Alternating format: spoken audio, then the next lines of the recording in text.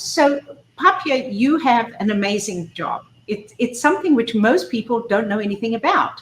What does a lobbyist do? I know you consult as well, but give us the 101, please. Well, thank you, Lorraine, and so exciting to be here with my my sister. As Melinda said, we've a long-standing relationship, and this is really exciting to be able to share. You know, technically, a lobbyist is one that advocates on behalf of an organization or individual with elected officials and political influencers. So at the end of the day, what that ends up doing is you can create new laws or regulations or influence existing regulations and policies that are put forth by political and elected entities. So I do some lobbying with Platinum. I also do a lot of consulting and strategic work with businesses and my clients in relation to working with elected officials and policymakers.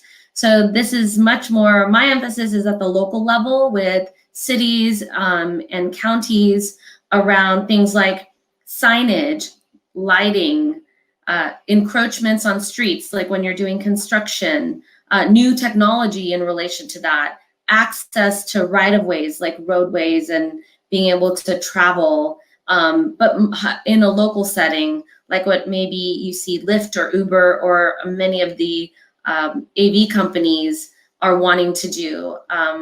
So it's a variety of different topics that I'll cover and liaison and educate at the local level in the interest of businesses. That's amazing and so interesting. You are really in a very diverse set of environments. So you have to know a lot about a lot, not just a little about a lot, I would imagine.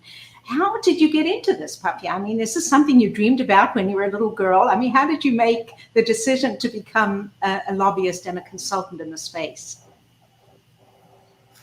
So I grew up really on more doing technical work. So I really enjoyed the engineering side of things, infrastructure, transportation, utility, much more on the technical side. But on my personal time, I would be engaged in local politics and getting elected officials elected. So working on their ground campaigns, whether I was phone banking or walking door to door and sharing information about people that I believed could make our community a better place.